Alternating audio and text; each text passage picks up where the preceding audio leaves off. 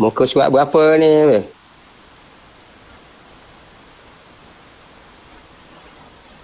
Muka surat berapa tu sekarang ni?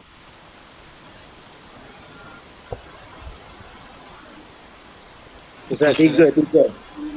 38.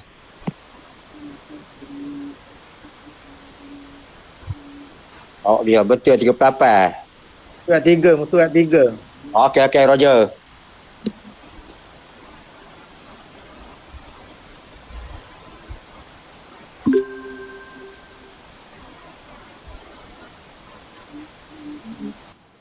Lima pada bawah pun ada. 5 dari bawah. 5 dari bawah muka surat 3. Okey, terima kasih.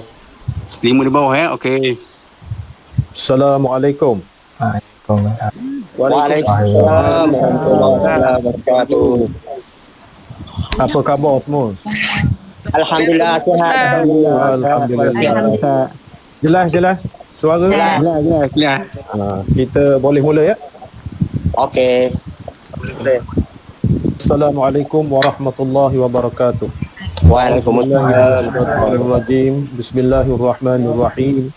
Alhamdulillahil muwaffiqil mu'in. Wassalatu wassalamu ala sayyidina Muhammadin imamil muttaqin wa rasuli rabbil alamin. Salla alaihi wa ala alihi at-tayyibin wa ashabil akramin wa tabi'ihim bi ihsanin ila yaumiddin.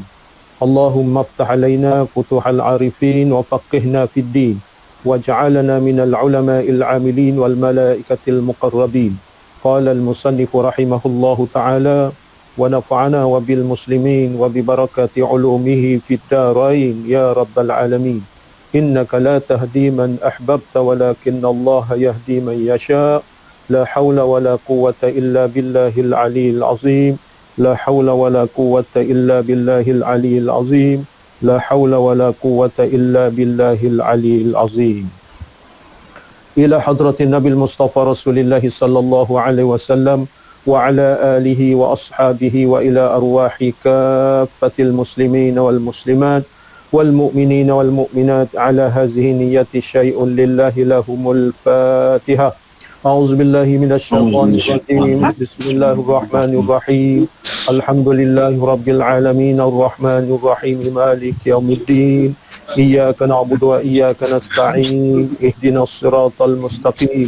Siratal ladzina an'amta 'alaihim ghairil maghdubi 'alaihim waladdallin. Amin. Suara tutup. Alhamdulillah, pertama-tamanya dipanjatkan kesyukuran yang tidak terhingga kehadrat Allah Subhanahu wa taala kerana pada hari ini kita telah diberi kesempatan untuk hidup. Diberi kesempatan oleh Allah Subhanahu wa taala dalam keadaan sihat sejahtera wal afiat. Diri kita, keluarga kita, rakan taulan kita, moga-moga kita semua dirahmati oleh Allah Subhanahu wa taala. Bersyukur juga kita kepada Allah Taala pada malam ini kita dapat bersama-sama. Kita berada di satu taman daripada taman syurga. Walaupun kita tidak pergi ke masjid, tidak pergi ke surau disebabkan halangan-halangan.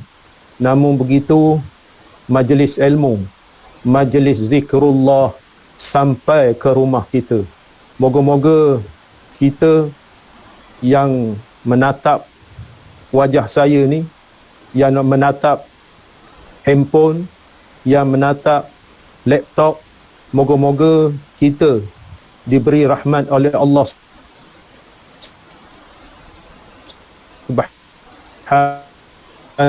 Subhanahu wa ta'ala, dicampakkan kebahagiaan kepada kita, diberikan ilmu yang memberi manfaat kepada kita untuk bekal di dunia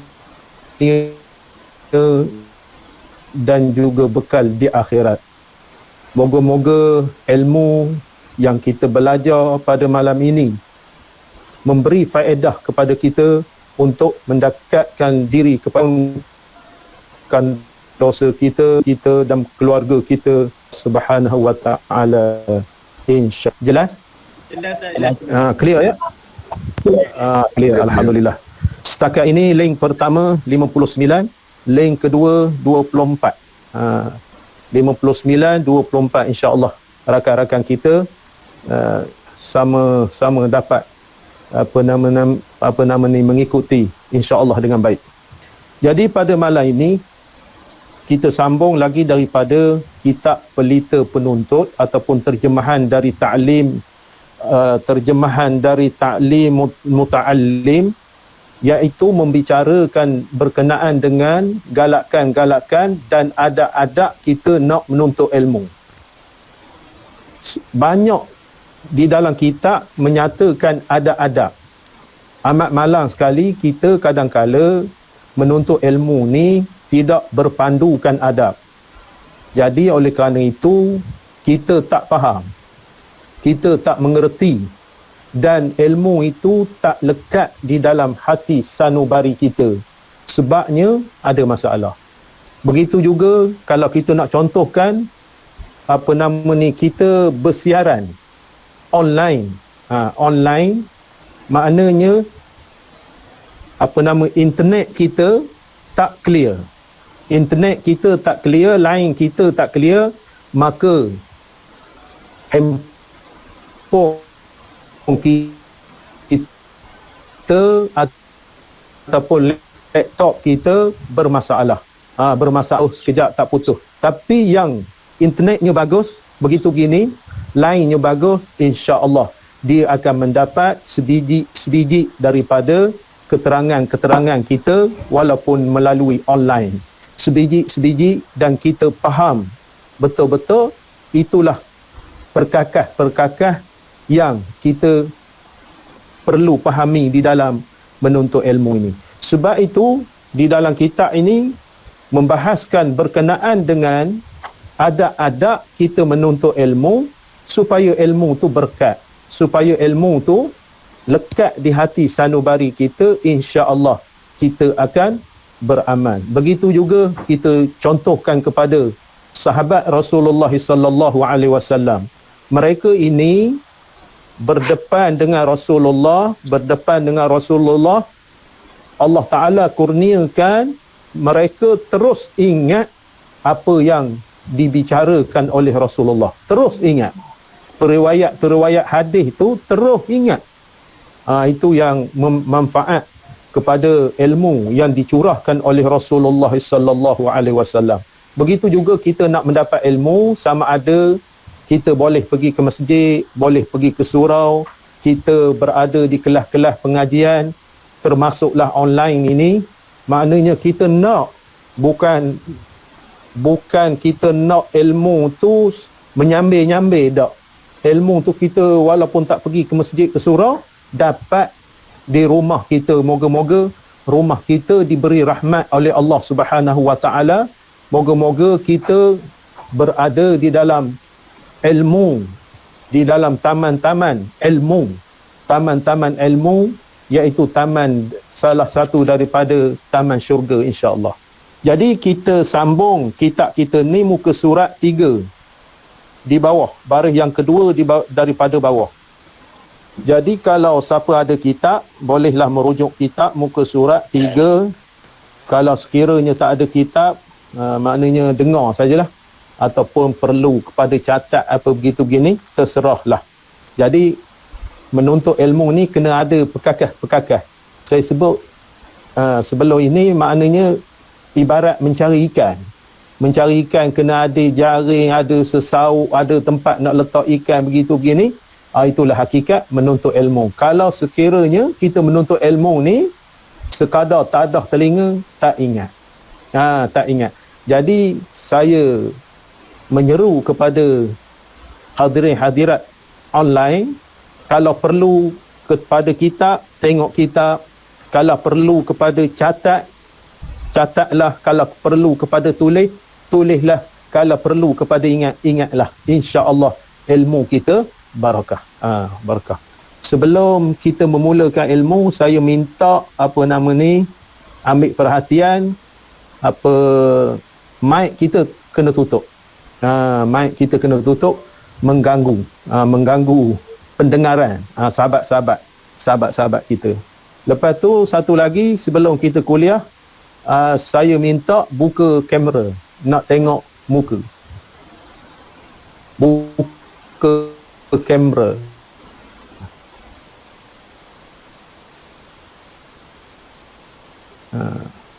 Alhamdulillah. Assalamualaikum Ustaz. Suara jangan bercakap. Suara jangan bercakap. Minta muka. Nak minta tengok muka. Jadi sekarang link 1 ada 60, link 2 ada 33. Link 2 ada 33, link 1 ada 60, dah 61 dah. Terima kasih semua. Bismillahirrahmanirrahim. Kita sambung kitab kita ni, qala al-musannifu rahimahullahu ta'ala.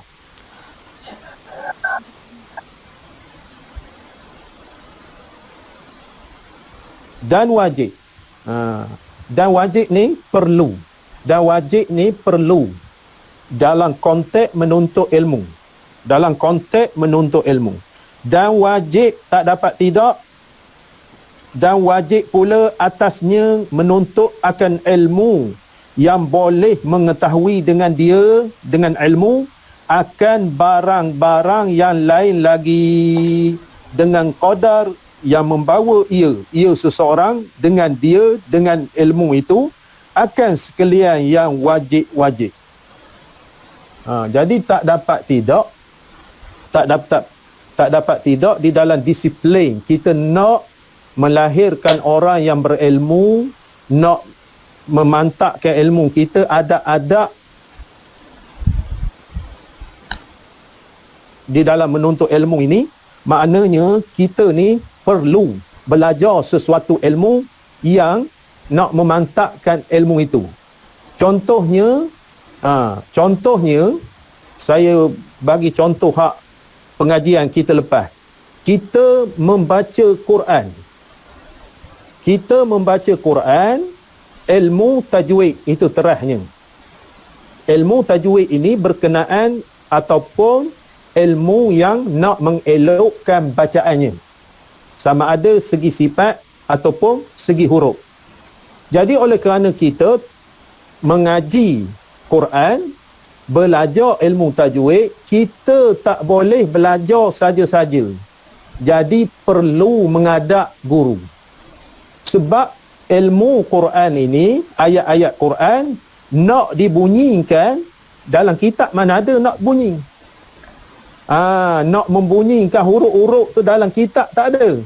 Dia bagi contoh dalam kitab tu, contohnya izhar. Izhar dalam hukum 5. Dalam hukum 5, izhar, ikhfa, idgham ma'al ghunnah, idgham bila ghunnah, iqlab. Itu hukum tak dapat tidak kita mengaji Quran ni. Kita mengaji tajwid, nak membetulkan Quran kita tu, hukum 5 orang kata. Jadi hukum 5 ni izhar, ikhfa, idgham ma'al ghunnah, idgham bila ghunnah, iqlab. Dalam konteks hukum 5 asas basic pengajian tajwid. Pengajian tajwid basic. Pertama sekali izhar. Ada 6 huruf. Kita dapat baca dalam kitab tu 6 huruf. Alif, Re, Ha, Kha, Ain, Ha. 6 huruf dalam kitab tajwid. Huruf ikhfa 15. Huruf idgham ma'al ghunnah 4. Idgham bila ghunnah 2. Iqlab 1. Maksud saya, walaupun kita belajar tajwid, kita pandai baca Quran, kita belajar tajwid melalui buku ataupun kitab tajwid ataupun buku tajwid, maka kita kena menghadap guru.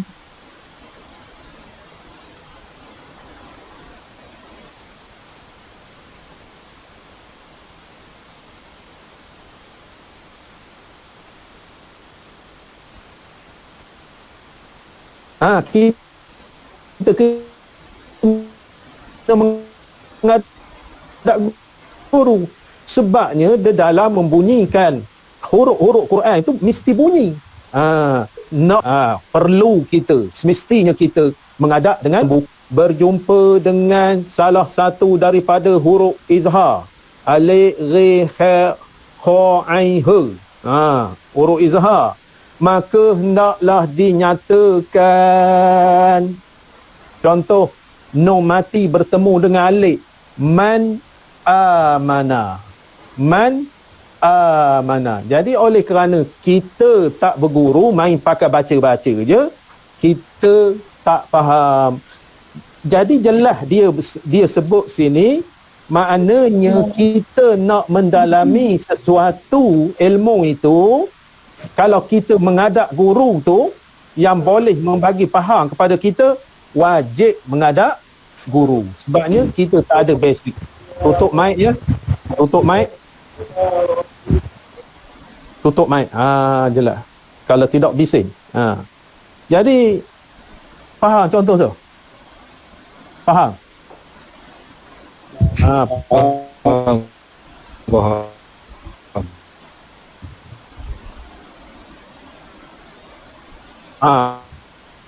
InsyaAllah faham. Itu je. Contoh yang kedua. Sesuatu ilmu yang kita nak beramal. Contohnya mengambil air semayang. Saya suka mencontohkan maknanya yang dekat dengan kita. Contohnya mengambil air semayang. Membasuh kaki. Kita tahu membasuh kaki ini fardu yang keberapa? Fardu mengambil air semayang, membasuh kaki, fardu yang keberapa? 5. Kelima. Yang keenam? Tertib. Yang kelima membasuh kaki. Jadi basuh kaki. Basuh kaki dia tak sebut celah kaki. Tak sebut celah kaki. Bermakna kita basuh kaki oleh kerana celah-celah kaki kita tu tak masuk air, maka menyelat-nyelati itu wajib. Sekiranya kita basuh kaki tu confirm kita merasa makna kaki kita tu mesti kena celah-celah itu, tak ada apa masalah lah. Tetapi barangkali celah-celah kaki kita tu maklum sajalah celah kaki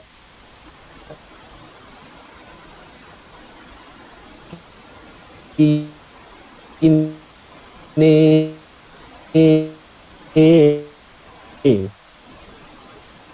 mana pecah lah, itulah dituming tu khabar. Jadi oleh kerana itu wajib kita belajar nak menyempurnakan basuh kaki tu mesti menyelat-nyelati celah-celah tu. Jadi dia nak khabarkan maknanya menyelati tu walaupun tak wajib menyelati ketika kita mengambil air semayang, oleh kerana diragukan air itu masuk celah-celah kaki kita, maka menyelati itu hukumnya wajib. Hukumnya wajib. Contoh najis mughallazah. Najis mughallazah berapa kali kena basuh? 7 kali. Berapa air tanah, berapa air molek gitu begini, berapa air sirap? Berapa? 1 air tanah, 6 air biasa. Bermakna kita baca dalam kitab ataupun dalam buku, maknanya 7 kali basuh. Tetapi kita tak faham 7 kali itu macam mana. 7 kali itu disyarahkan oleh guru, makna sekali air tanah, 6 kali air bersih, air mutlak, berjumlah 7 kali. Itu maknanya wajib kita mendapat keterangan guru, walaupun kita tahu dah 7 kali basuh, tapi wajib. Maknanya kena belajar melalui guru kita. Itu dia nak menceritakan. Dia kata Maknanya walaupun tak sebut perkataan wajib itu, tetapi untuk melengkapkan perlu ada benda itu, perlu ada keterangan guru. Maka keterangan guru itu adalah wajib kita memahamkan keterangan guru itu. Itu disebut. Faham? Nak menyempurnakan wajib-wajib itu mesti ada keterangan guru. Contohnya. Contohnya. Seterusnya. Muka surat 4. Kerana bahawasanya barang yang boleh sampai dengan dia, sesuatu yang boleh tercapai ilmu itu kepada menunaikan yang wajib, kepada menunaikan hak wajib, adalah ia wajib juga. Maknanya keterangan guru itu, kita membaca buku boleh faham, boleh reti membaca buku tu, tapi keterangan. Jadi keterangan guru itu wajib. Contohnya lah, wajib maknanya bimbang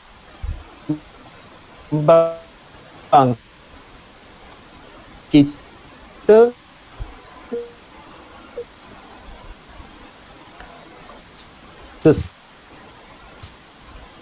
tak tentu arah apabila kita memahamkan perkara-perkara yang berkaitan dengan ilmu itu. Jadi tuan-tuan, puan-puan yang dirahmati Allah Ta'ala, maknanya kita berkait dengan ilmu ini teliti. Berkait dengan ilmu itu kali basuh. Kalau surau masuk anjing, masuk babi, minta maaf cakapnya.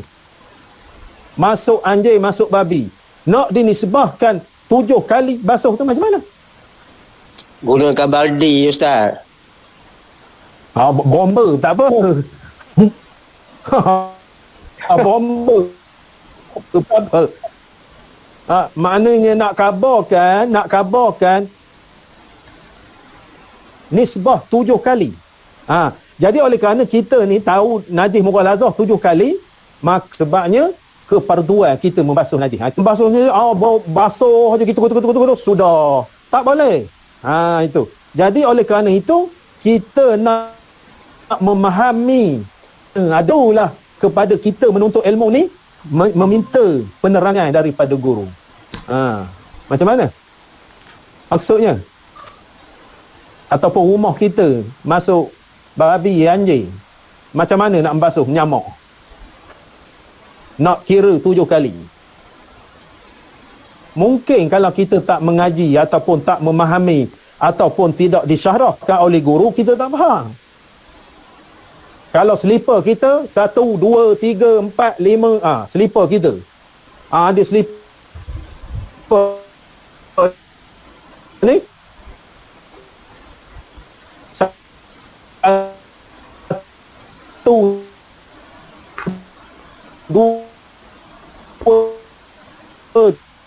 3, 4, 5, 6, 7. Tetapi kalau mana nak menghitungkan 7 kali? Siapa boleh jawab? Siapa boleh jawab, boleh balik. 7 kali sembuh, Ustaz. Kita sembuh 7 kali. Ya. Macam kalau bomba tu, bomba sembuh dengan itulah gayanya. Ya, 7 kali. Maknanya kita sembuh dengan air tanah rata. Baru sekali. Air bersih rata. 2, 3, 4, 5, 6.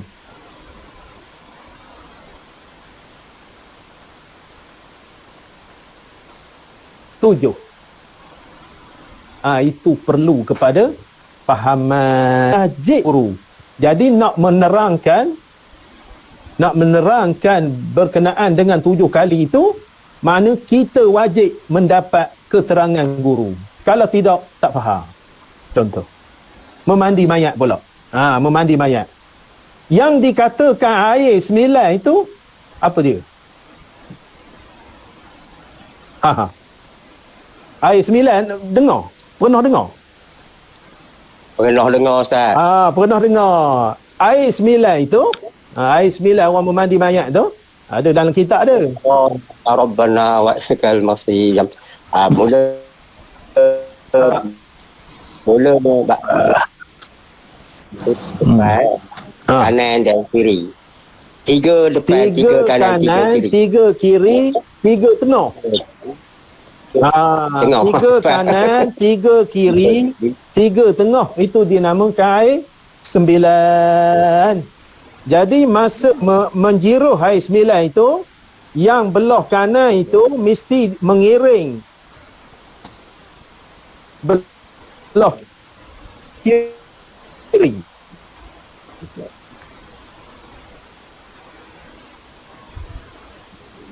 Mesti mengiring belah kiri. Ghufranaka ya Allah, ghufranaka ya Allah, Rabbana wa ilaikal masir. 2. Ghufranaka ya Allah, Rabbana wa ilaikal masir. Kita mengiring gini, mengiring ke belah kiri. Tangan kanan dia ke kiri. Lepas itu mengiring ke belah kanan pula.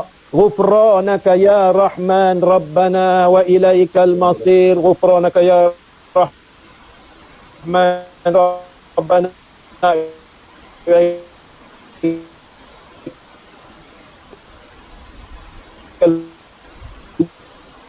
masir.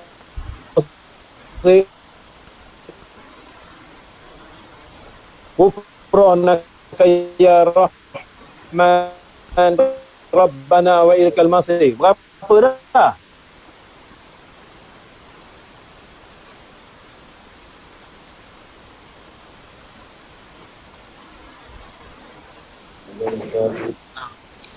Nah, 3 sini, 3 sini, 3 tengah melentang. Melentang. Ghufranaka ya Allah, ghufranaka ya Rahman, ghufranaka ya Rahim, Rabbana wa ilaikal masir. La ilaha illallah wahdahu la syarikalah, lahul mulku wa lahul hamdu yuhyi wa yumit wa huwa ala kulli syai'in qadir. 3 juga. 3 9. Jadi ada orang dia pakai buat-buat 9 sini, 9 sini, 9 sini. Mana air? Tak buat terus pun ada. 27 memahangkan itu.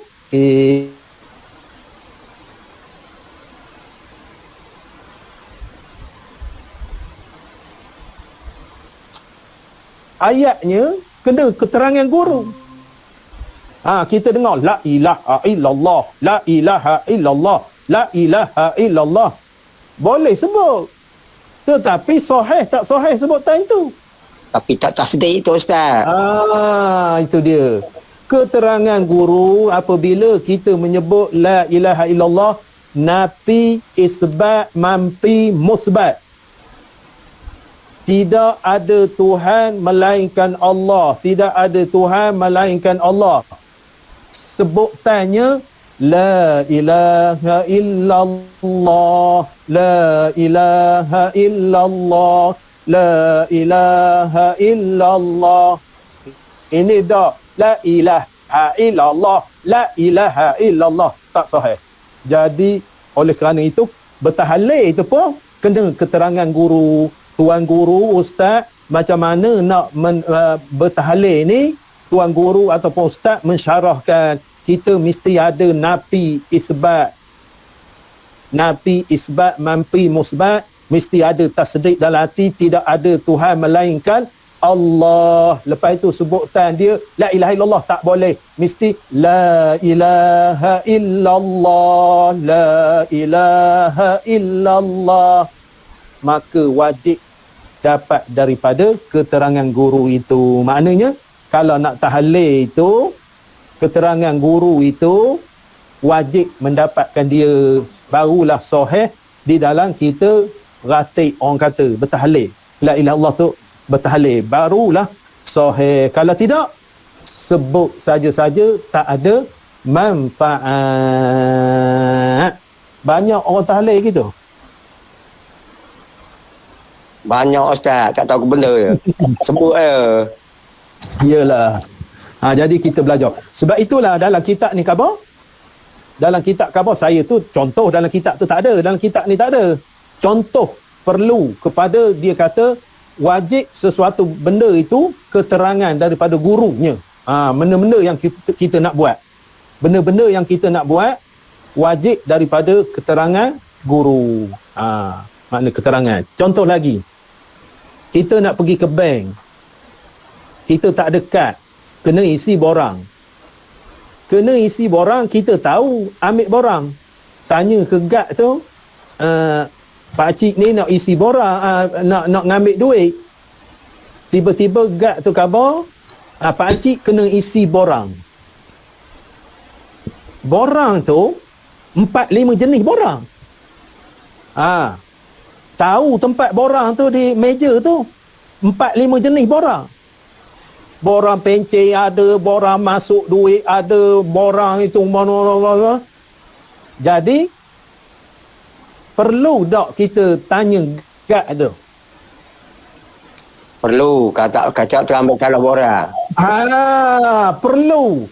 Jadi oleh kerana itu perlu, maka wajib kita nak mengeluarkan duit pakai borang, kita tanya guard itu supaya dia tunjuk kepada kita borang untuk mengeluarkan duit. Faham? Faham. Itulah telitinya ilmu. Telitinya ilmu. Jadi alhamdulillah yang mengikuti kita ni, link pertama ada 74, link kedua ada 46.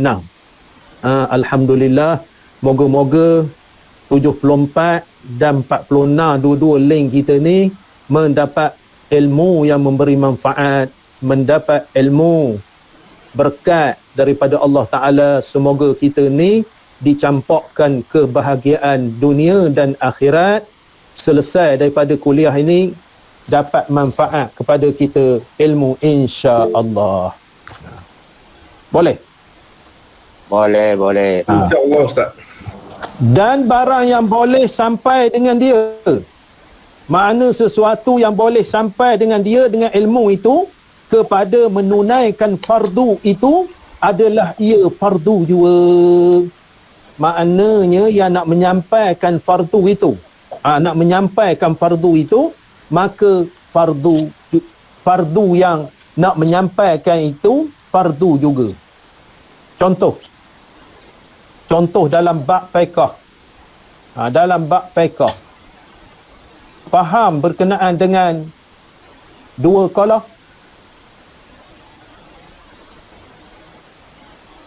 Dua qalah air. Pernah dengar? Pernah dengar? Tapi lupa dah dia punya sukatan. Pernah dengar dua qalah. Jadi dua qalah ini kefarduan kita di dalam nak berhadas, mengangkat hadas kecil ataupun hadas besar. Betul tak betul? Betul Ustaz. Betul. Maknanya kefarduan kita di dalam mengangkat hadas kecil, hadas besar. Hadas kecil ni mengambil air sembahyang, hadas besar ni mandi wajib, mandi junub, mandi haid, mandi nifas, mandi wiladah, mandi istihadah, termasuklah mandi mayat. Itu fungsi yang dikatakan air dua qalah. Setakat mana kita faham berkait dengan air dua qalah ni? Dulu guna teh minyak besar tu, teh minyak besar, 2,5 teh minyak besar, satu qalah. Dulu ni. Sekarang ni teh minyak besar tak ada sekarang ni. Jadi masalah sekarang ni kita dengar ayat dua qalah itu. Hadisnya an Abdullah bin Umar radhiyallahu anhuma qala Rasulullah sallallahu alaihi wasallam idza kana al-ma'u qullataini dua qalah lam yahmilil khabatha rawahu Abu Daud. Hadis diriwayatkan oleh Abu Daud daripada Abdullah bin Umar radhiyallahu anhuma berkata, telah bersabda Rasulullah sallallahu alaihi wasallam, apabila air itu berkeadaan sebanyak dua qalah, tidaklah ia menerima kekotoran. Maksud kekotoran itu apa? Kekotoran. Lumuk ke? Najis. Najis. Kekotoran. Oh, lumuk. Bukan. Kekotoran itu najis. Kekotoran itu najis. Abdullah bin Umar kata Rasulullah bersabda, air yang mencapai 2 kolah itu, dia tidak ada kategori najis bila dia masuk ke dalam itu. Permasalahan sekarang dinisbahkan kepada liter, kepada kati, kepada kati Baghdad, kepada teh minyak tanah orang dulu-dulu, lepas tu kepada ukuran 4 segi sama, bulat, lepas tu 3 segi. Adakah kita memahami? Tak faham. Kita 3 segi. Tak faham. Jadi oleh kerana itu kita tahu 2 kolah. Tahu dulu kalau. Tahu 2 kolah. Bermakna nak memahangkan sukatan itu, apa nama ni, 3 segi, 4 segi, begitu gini. Perlu diambil kira, mana wajib kita nak menentukannya. Wajib nak menentukannya. Saya contohkan tadi mandi mayat. Mandi mayat tu air letak dalam tong, merecik, jadi hukum apa? Mustakmal. Jadi oleh kerana itu kita kena memahami air 2 kolah. Mengambil air semaya, air apa nama bekas kecil, merecik dalam itu, hukumnya apa? Mustakmal. Mandi hadas besar, pakai tong ataupun baldi, merecik dalam itu, hukumnya apa? Mustakmal kau. Mustakmal. Jadi kita tahu hukum mustakmal air apa? Mutanajis ni masuk najis dalam itu. Yang kurang dari 2 kolah. Itu fungsi dia 2 kolah tu. Kalau najis masuk dalam dia, maknanya tak cukup 2 kolah, mutanajis. Lepas itu kalau tak ada najis, seperti powder khabar tu, hadas kecil, hadas besar, mandi mayat, maka kalau tak cukup 2 kolah itu, merecik air itu tak sah kita buat air semaya, tak sah mandi hadas, tak sah mandi mayat. Melainkan air pakai paip je, pakai paip getah tu tak ada masalah lah, merecik bekas. Jadi oleh kerana kita nak memahami 2 kolah itu, maka wajib jugalah kita tahu berkenaan sukatan 2 kolah itu. Kalau orang tua-tua lama 313 kati, 2 kolah tu 313 kati. Sukatan dia 313 kati. Kalau kati Baghdad di Iraq ni 500 kati Baghdad, dipanggil qurbah. Lepas tu kalau teh minyak tanah di 13 teh minyak tanah. 13 teh minyak tanah. Kalau liter 270 liter. 270 liter. Itu apa nama ni. Kalau sukatan pula 4 segi. 2 kolah, muatan dia 2 kolah. Makna panjang 1 hasta suku, lebar 1 hasta suku, tinggi 1 hasta suku. Sukatan 4 segi. Sukatan 4 segi. Lepas tu sukatan bulat, permukaan dia 1 hasta. Dalam dia 2 hasta setengah. Yang 3 segi,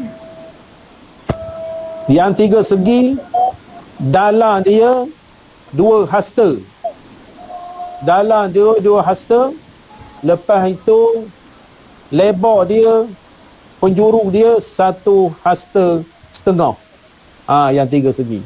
Jadi oleh kerana kita nak memahami kepada apa nama ni 2 kolah itu, maka wajib juga kita memahami sukatan-sukatan yang berkaitan dengan dua qoloh itu. Dan demikian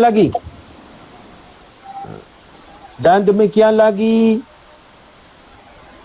pada puasa, hukum yang berkait dengan puasa, berkait dengan puasa, masalah rukun puasa, masalah membatalkan puasa, masalah sunat puasa, masalah makruh puasa, masalah membatalkan puasa, masalah membatalkan puasa, maka berkaitan dengan puasa. Contohnya, merasa gulai pada bulan Ramadan, boleh merasakan gulai, merasa lauk-lauk masak tu, tetapi merasa tu hukumnya makruh. Merasa masakan di siang hari tu makruh. Jadi oleh kerana itu kita bimbangi, kita rasa ni kita tak tahu hukum berkenaan dengan kalau kita telan air liur dalam berasa lauk kita tu, telan sini, batal puasa. Itu keparduan dia tu. Kena tahu. Walaupun makruh merasa makanan itu, kita kena tahu had batalnya. Had batalnya. Kita rasa lidah ludah lepas merasa lauk. Merasa lauk tu pukul 4. Pukul 4 merasa lauk. Lepas itu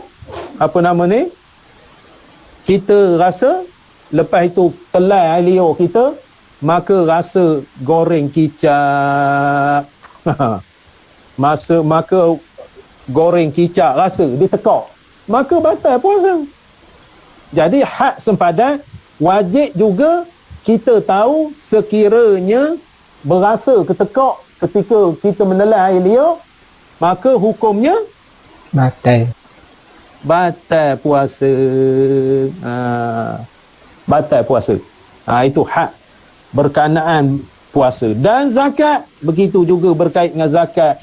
Saya dah sebut pada siri pertama, siri kedua, siri ketiga kalau tak silap, orang berzakat lembu. Berzakat lembu, dia beratus-ratus ekor lembu. Beratus-ratus ekor lembu. Dia sedekah ke masjid, sembelih kenduri. Dia kira zakat. Tak sah. Zakat ni kena beri kepada asnah dia.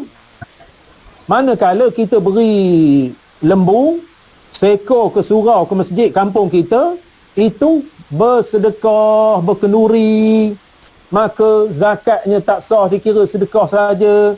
Yang zakatnya hendaklah kepada siapa bagi?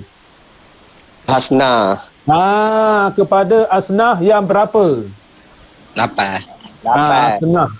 Asnah 8. Itulah dikategorikan menerima zakat. Kita beri ke masjid, kita masjid sedaplah makan kari. Rupanya kewajipan zakat lembu kita tu tidak tercapai. Itu kena faham. Meneliti perkara-perkara yang disuruh. Disuruh. Contoh lain. Kita tutup mic. Tutup mic. Mic tutup. Mic tutup. Bising. Contoh lain. Pastikan mic kita tertutup. Jikalau nak bertanya baru buka. Jangan buka. Bising, saya ni sakit telinga. Sakit telinga. Kuat. Sakit telinga. Tuan-tuan tak sakit telinga tak? Tak, dengar saya tak sakit telinga. Tak. Saya ni pakai ni sakit telinga. Pastikan mic kita sentiasa bertutup. Sentiasa bertutup. Hilang pula. Bak benda tadi? Kai kambing, kai lembu. Kita bagi ke lembu ke masjid surau, makna makan kari lembu, masak kicap lembu, maka zakat itu tak lepas. Salah faham. Patutnya nak zakat ni pergi ke pusat zakat, pergi jumpa ustaz ke apa begitu begini, pergi ke pejabat agama Islam, pergi pejabat jabatan agama Islam, pergi pejabat mufti apa begitu begini, nak tanya kategorinya. Jadi oleh kerana itu menuntut ilmu ini yang berkait dengan ketelitiannya, wajib kita kena teliti. Kita wajib teliti. Makna sehalus-halusnya di dalam kita meneliti berkait apa yang kita nak ceburi ataupun apa yang kita nak masuk ke dalam bab itu.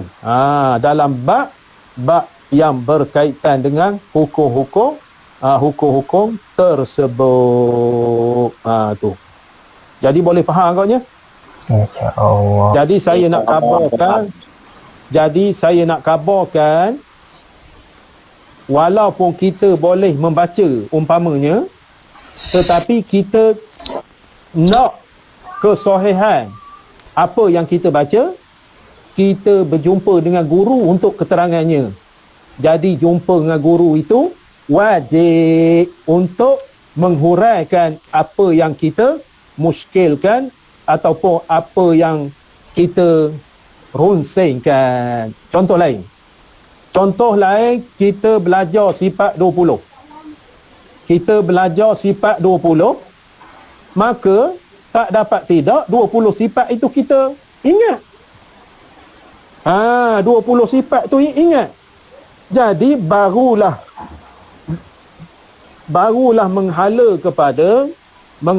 kepada maudhu' kita, menghalakan kepada tajuk kita, iaitu berkenaan dengan sifat 20 itu.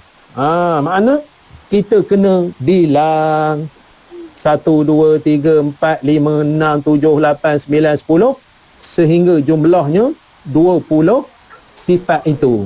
Jadi 20 sifat itu tak tahu kepala ekor, macam mana nak mendapatkan keterangan guru? Macam mana? Nak mendapatkan keterangan guru? Serupa kita belajar rukun 13.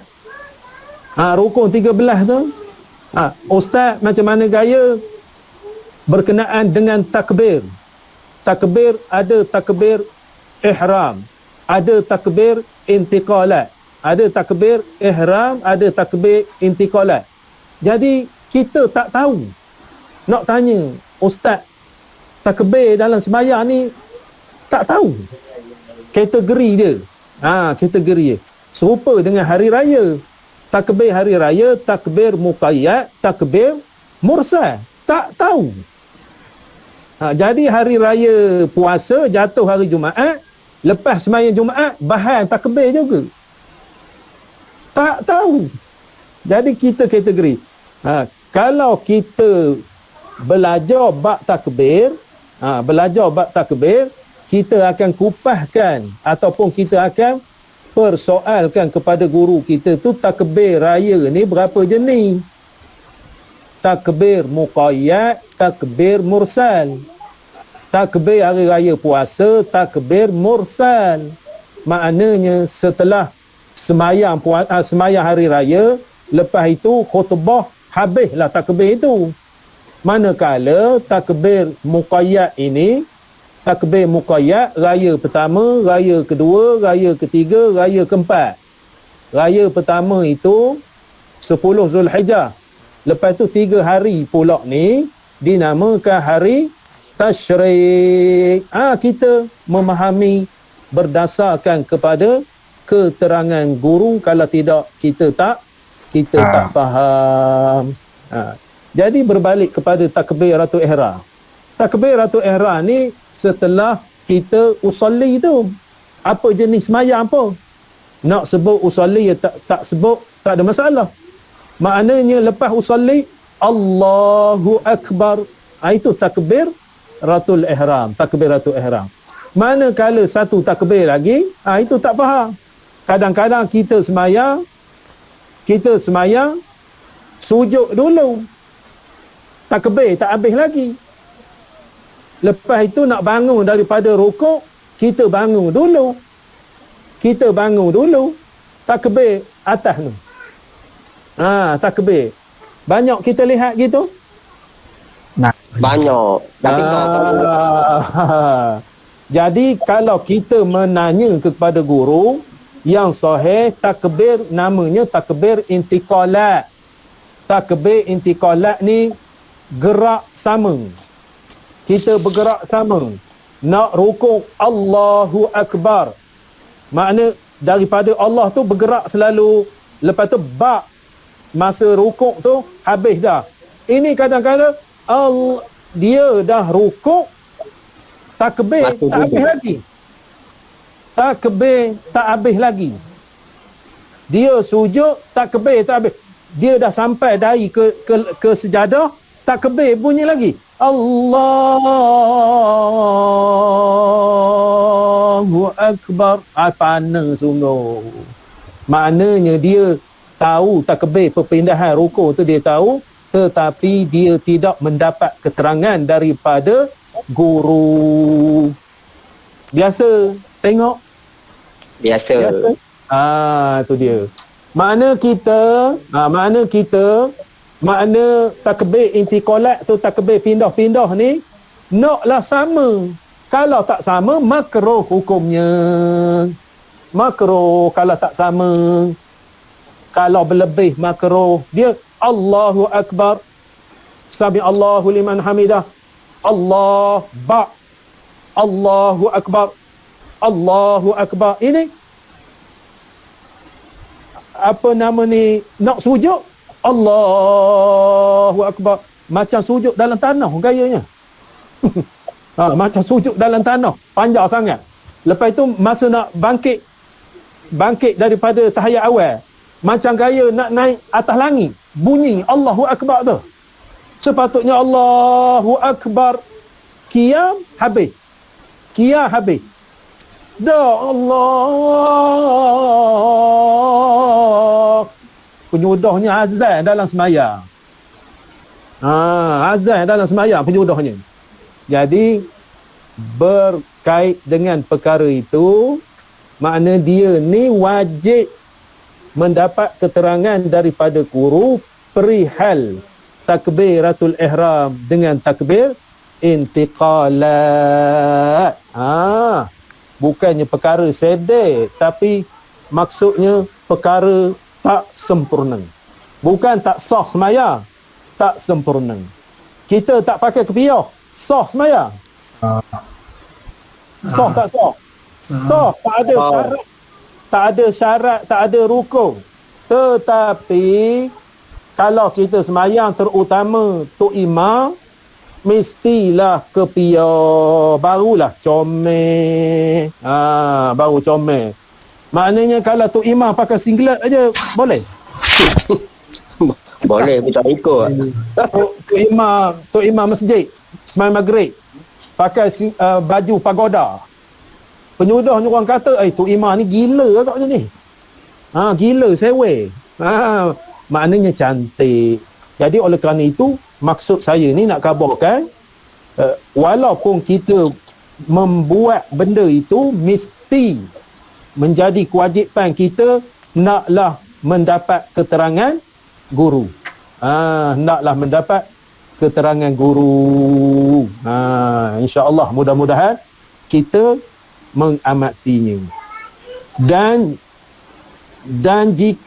jika ada baginya harta, zakat ada harta, dan haji, perkara-perkara berkaitan dengan haji. Haji umrah ni bukan senang. Utama sekali benda yang berkait dengan haji ni. Dua perkara yang berkait dengan haji, berkait dengan umrah. Wajib haji dengan rukun haji. Ya, betul. Maknanya wajib berkait dengan haji ni, perkara-perkara itu, hak lain-lain tu, yang sunat, yang makruh, yang haram ketika ihram, begini, maka ketepi dulu. Yang kita nak fokuskan dua ni. Pertama, rukun haji. Rukun haji ni kalau tak buat, tak sah dia punya syarat-syarat, tak sah haji. Lepas tu wajib haji ni kalau tak buat, tak kena dengan dia begitu begini yang dengan berkenaan dengan syarat dia, kena dam. Ini kita faham. Belajar doa itu, belajar doa ini, gini. Maka keperluannya hak dua ni. Lengkap hak dua ni, wajib haji, wajib rukun haji, barulah hak lain tu aksesorinya. Jadi berkait dengan rukun haji, berkait dengan wajib haji, sahlah kita bertanya kepada pembimbing haji. Bertanya kepada pembimbing haji, maka bertanya itu wajib ataupun perlu kita bertanya untuk kesahihan di dalam kita mengerjakan haji dan umrah. Boleh faham? Siapa ada air depan boleh minum. Siapa ada nak pergi ke dapur boleh ambil ke dapur, tak ada masalah.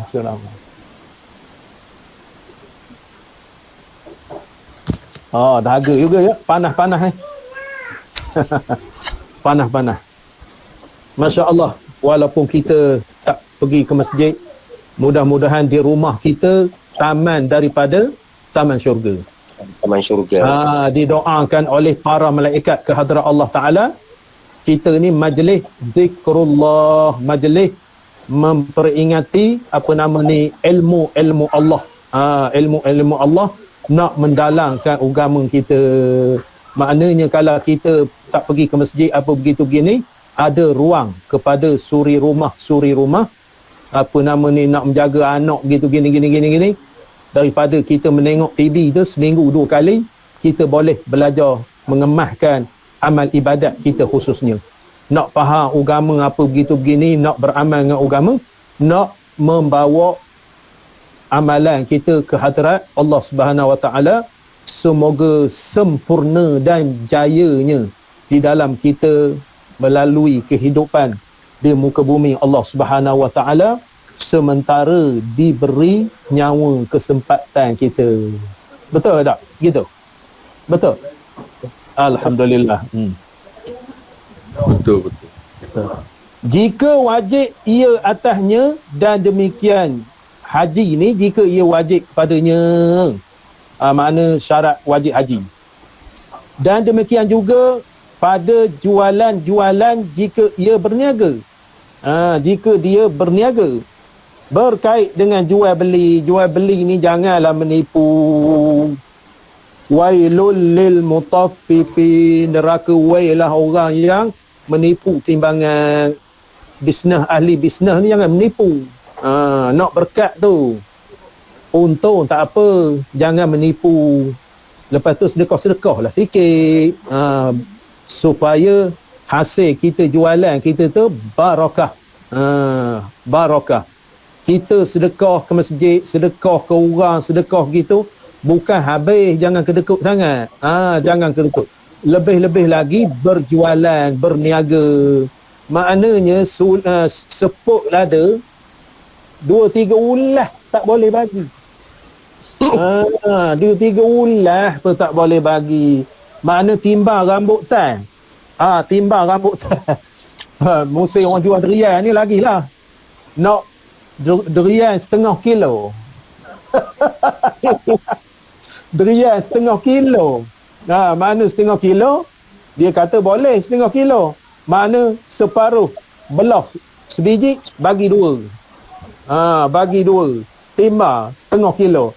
Lepas tu 0,5 kilo terlebih pula, dia potong kulit dia. Potong kulit. Masya Allah.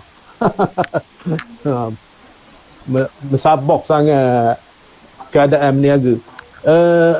Maknanya lada tersepuk tu, segelas tu, makna lebih sikit tak boleh, sama arah. Tak bolehlah kita kedekut sangat. Maksudnya kedekut tak kedekut tu terserahlah dia, terserah kepada dia, makna hak dia. Nak kabarkan kalau minta 1 kilo, bagilah 1 kilo. Sebabnya wailul lil mutaffifin, neraka wailah dihaskan kepada orang yang menipu timbangan. Yang menipu timbangan. Dikatakan bagi Muhammad bin Al-Hasan rahimahullahu ta'ala, ada cerita kisah ulama nama dia Muhammad bin Al-Hasan. Dia hidup masa pengarang kitab ni hak Arak ni. Pengarang kitab Arak ni. Pengarang ni. Sebabnya dia di dalam kitab dia ni. Lepas tu pelita penuntut diterjemahkan. Nama Muhammad bin Hasan, Muhammad bin Al-Hasan, ataupun nama dia panjangnya, ulama masa pengarang kitab, Syekh pengarang kitab kita ni, Syekh apa nama ni, Zanruji, Syekh Zarnuji, zaman dia namanya Muhammad bin Al-Hasan rahimahullahu ta'ala. Yang sebenarnya Muhammad bin Al-Hasan, dia nama penuh dia Muhammad bin Al-Hasan bin Abdullah bin Tawus bin Harmas bin Abu Syarwan. Itu nama panjang dia. Nama panjang dia. Nama pendek Muhammad, nama pendek Mat. Abdullah nama pendek Lah. Ataupun Abdullah nama pendek dia apa nama ni, Dolah.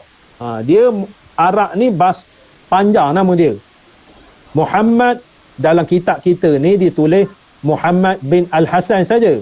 Dalam kitab asal dia ni Muhammad bin Al-Hasan bin Abdullah bin Taus bin Harmas bin Syarwan. Itu nama dia ketika zaman ulama pengarang kitab kita ni. Dikatakan bahagi Muhammad bin Al-Hasan rahimahullahu ta'ala, mudah-mudahan harap tuan karangkan sebuah kitab pada bicarakan zuhud. Pengarang kitab kita ni khabar zaman Muhammad bin Al-Hasan ni, dia ulama besar. Ada orang tutup mic. Tutup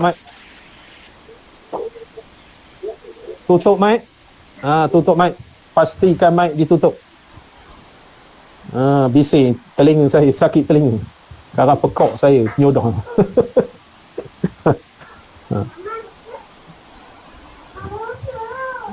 Dikatakan Muhammad bin Al-Hasan ni, zaman dia ni, apa nama ni, orang minta kepada dia mengarang kitab. Minta kepada dia mengarang kitab. Saya ni mengajar online ni, tak ada orang minta-minta. Saja saya je. Tak ada orang minta-minta. Saja saya je. Pada PKP ni, tak boleh ke masjid, tak boleh ke surau. Baik kita buat kuliah online. Jadi dapat juga manfaat kepada saya, manfaat kepada peserta-peserta. Manfaatnya. Jadinya oleh kerana itu, dapatlah manfaatnya berkongsi ilmu. Rompeng, Johor, Pekan, Kuantan, Bera, Temerloh, Rauk, Lipis, Terengganu, Kelantan, Kuala Lumpur.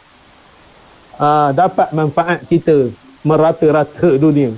Jadi saya ni hajat saya je, mana free-free di rumah kita buat kuliah. Siapa yang nak, siapa nak ilmu, nak manfaat, mana nak insya-Allah barakah di rumah dia, suara ilmu sampai ke rumah dia, insya-Allah didengari oleh malaikat rahmat. malaikat rahmat, maknanya mendoakan kepada saudara-saudara, tuan-tuan, puan-puan, di rumah kita dihidupkan majlis zikrullah ataupun majlis ilmu. Jadi Syekh Muhammad ni, dia orang minta supaya dia karang bab zuhud. Syekh, kata orang ramai ni, minta tuan guru mengarangkan kitab zuhud.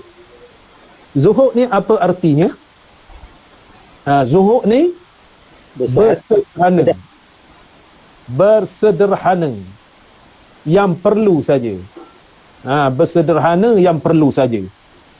Ada kitab dalam almari saya ni, ada kitab tajuk dia Az-Zuhud. Tak nampak mencari je. Ada setebal ni. Setebal ni tak tahu di mana susun-susunnya. Ada Az-Zuhud. Kitab Az-Zuhud. Kitab Az-Zuhud mengesahkan jiwa kita ni bersederhana. Bersederhana. Maksud zuhud ni, jangan pakai baju tak belengan sebelah. Zuhud ni bukan tak pakai selipar. Zuhud ni bukan seluar koyak. Zuhud ni bukan selipar lain sebelah. Itu kita tak faham. Dikatakan zuhud ni macam orang gila. Bukan. Zuhud ni keperluan saja. Keperluan saja. Jadi dikatakan dia minta mengarang kitab zuhud. Berkata ia, telah aku karangkan kitab pada bicarakan berjualan. Kehendak ia dengan demikian, bahawasanya orang yang zahid itu mereka yang memelihara ia akan dirinya dari syubhat dan yang makruhat pada perniagaan. Dia kata aku minta, zaman itu orang minta dia mengarang kitab zuhud. Lepas tu Syekh Muhammad ni kata, aku tak ada mengarang kitab zuhud ni. Aku mengarang kitab Al-Bai'. Al-Bai' tu jual beli. Al-Bai' tu jual beli. Lepas itu dia kata di dalam kitab jual beli tu, orang ada yang bersifat zahid ataupun bersifat zuhud ni, dia memelihara diri dia dalam berjual beli. Lepas tu dia melarang pada perkara-perkara syubhat, perkara-perkara meragukan, perkara-perkara makruh di dalam perniagaannya. Itu dia kata. Kitab zuhud tak ada dia khabar. Tapi aku mengarang kitab berjual beli. Tapi berjual beli tu orang yang zuhud. Maknanya walaupun hukum berjual beli tu berniaga, dia tidak akan menjual buah yang buruk. Dia tidak akan menjual tipu timbangan. Itu maksudnya yang dikatakan oleh Muhammad bin Al-Hasan. Dia nak katakan berjual beli peniaga orang yang zuhud. Orang yang zuhud ni habis ceritalah.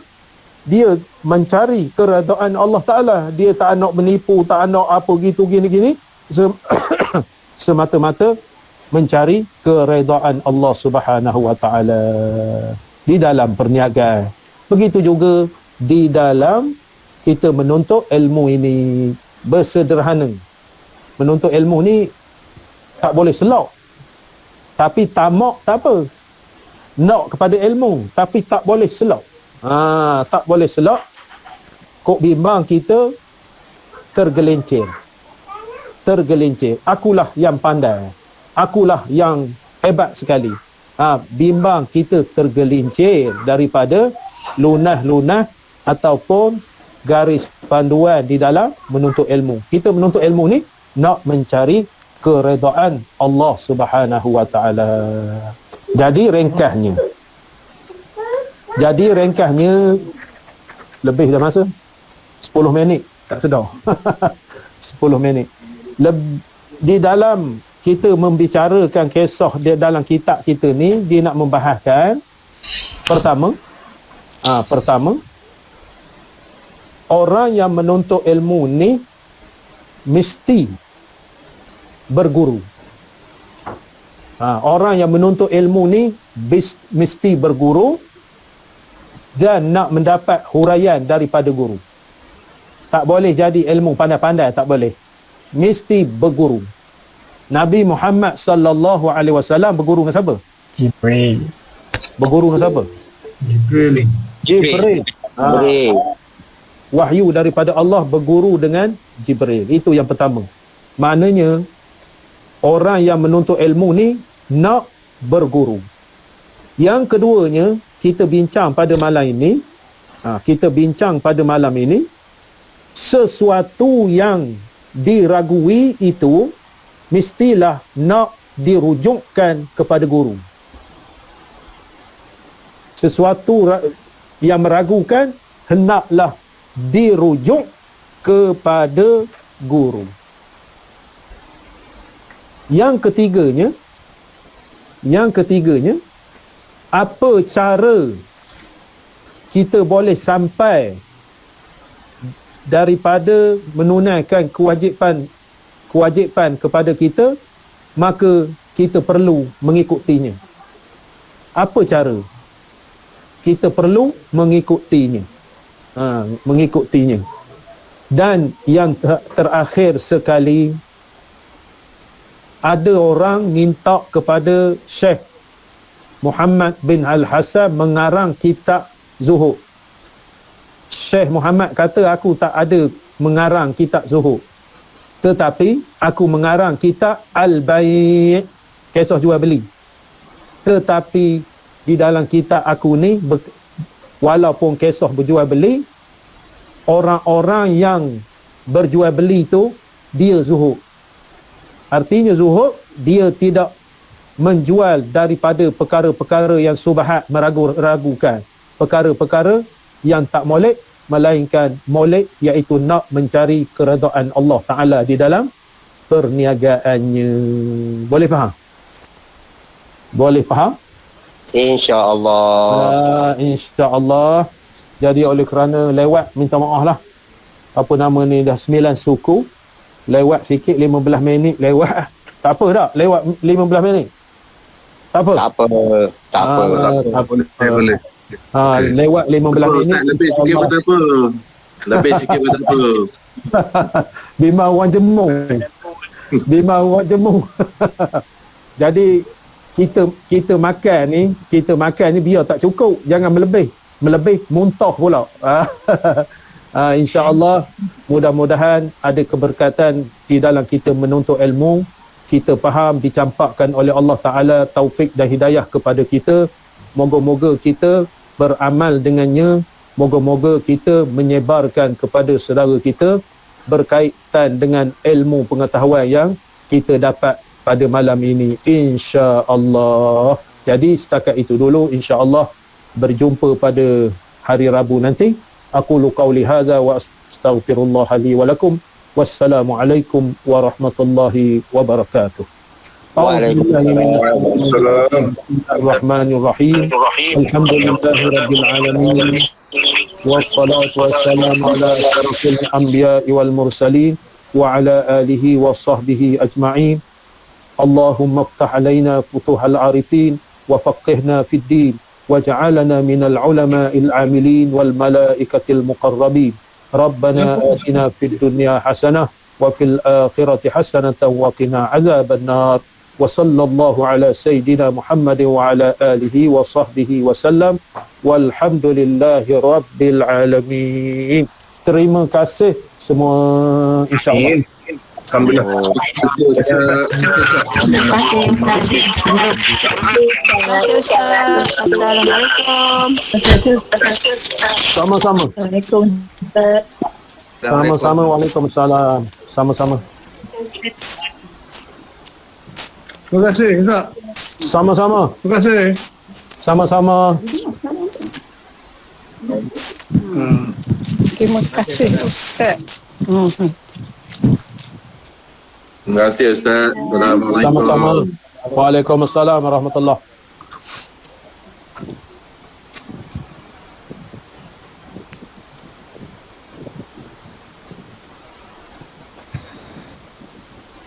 Terima kasih Ustaz. Sama-sama Pak Oda. Esok kita jumpa. InsyaAllah. Alhamdulillah. Terima kasih Ustaz. Sama-sama Haji. Waalaikumsalam warahmatullahi. Terima kasih Ustaz. Sama-sama. Terima kasih tuan. Jazakallah Ustaz. Assalamualaikum. Allahumma ftah alaik. Allahumma ftah alaik. Sama-sama.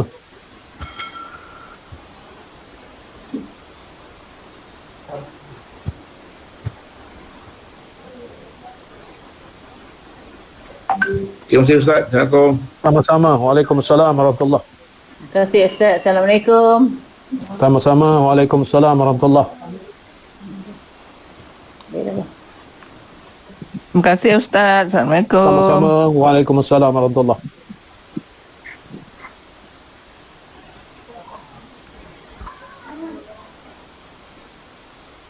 Encik Wahid dah keluar kan?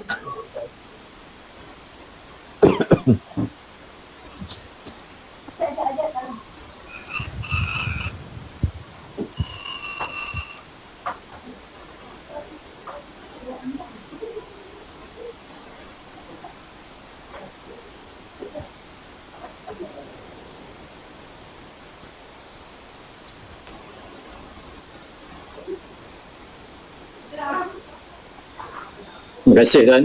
Assalamualaikum.